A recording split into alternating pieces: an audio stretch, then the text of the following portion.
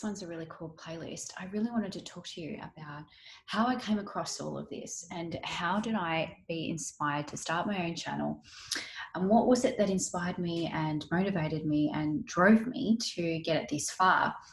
I think for me, the journey starts when you start listening. And I think in phase one, I started talking about listening to life. And I think phase one is really, really important because you're probably being delivered a lot of information, yet you're not listening.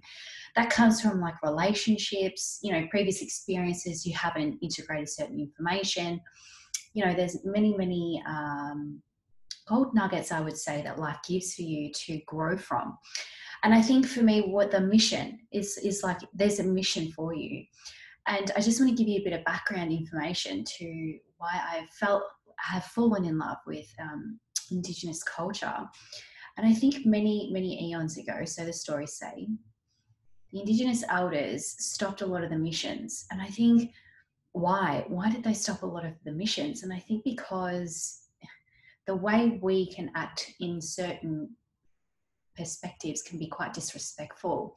And I think in our older evolution, we may have disrespected a lot of traditional ways and not even considered what an actual soul mission really is. And I find this all intertwines with my purpose as well, is that I chose to explore the realms of mental health and having a bit of a look at what constitutes mental health, like what is mental health. And I think a lot of people don't develop their own perspective and their own consciousness, and that's ideally what this whole blog was about, is having a bit of a look at mental health. So I explored it.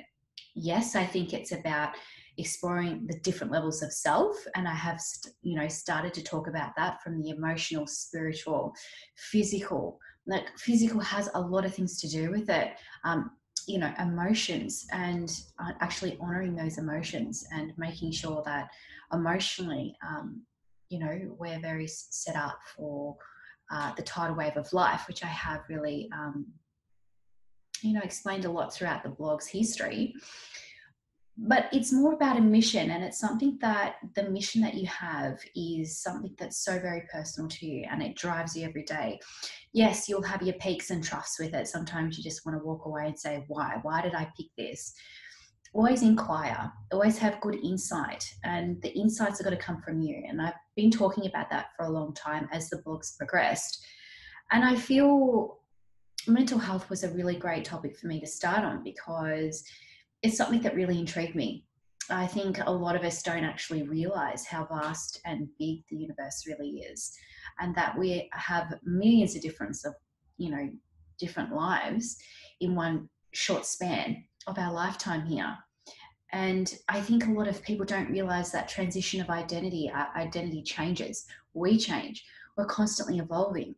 We're like nature's evolving. It's human nature. It's one of those things. So mental health became a big part of my mission. And I guess for me, the exploration of the self came from my relationship with life.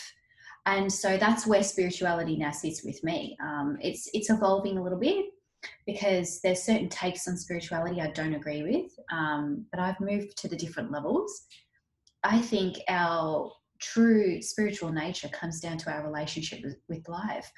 Expectations, it comes down to how we solve problems, how we deal with conflict, how we interact with others. And I think, everything is a mirror reflection of you. And sometimes you got to wake people up, and sometimes that's not going to be the best journey of all. But really remember that every path is different. And I think the social comparison, which is what I mentioned in the awakening, is a really big part of our lives. We're so comparative towards others, and I know I certainly fell into this, but every path is different. There's many shades of grey between black and white, and it doesn't necessarily mean that people will understand your journey, but it's not for them to understand anyway. I find that to be one of the most powerful things that you can remember. So that's a little bit about where the journey began.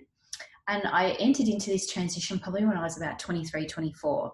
And life was trying to get my attention, though I knew, because I'm very, very aware and I'm very awake anyway. But it was getting my attention, through mental health. And I would turn on the TV and there would be all these, data statistics and mental health, and, I'd switch it off, or I'd be listening to the radio on the way home from work and then mental health would just pop up, or I'd listen to my guides and my guides would say, just turn this app on, you need to hear this. So realistically, it was getting my attention at all times. So it really was a mission for me, and it's still to this day. I'm still learning more, because the self is very limitless, right? So until such time that that person is really willing to explore themselves and integrate, I think is really important. What's the point of inquiring within, inquiring about different levels of self, when you're not willing to integrate those learnings? And those learnings must come from you. And I do remember posting that, probably in either my purpose or my identity. That's really important. You've got to integrate your own insights, because your consciousness is your specific stream. So you may resonate with other people, you may not resonate with other people. That does not necessarily mean it's right or wrong. It just means that at that current stage of evolution, that's how you see things, because that will change over time. That's why we never really get what we want, because it changes. And Source knows us because of that evolutionary process. What I wanted 2 years ago is different to what I want now. So it's about learning all of this and learning about the different levels of self that I do believe contributes to how healthy we are across all levels, because it comes from our spiritual self. So our relationship with life, because that will follow in to certain wheels of life itself. So for friendship, our expectations of life will follow you through to, friendships, relationships, business. If your values are not, communication, you're going to suffer in business, because business requires you to communicate clearly. There's going to be times in business itself where you've got to stand your ground, and you really have to learn what self-worth is.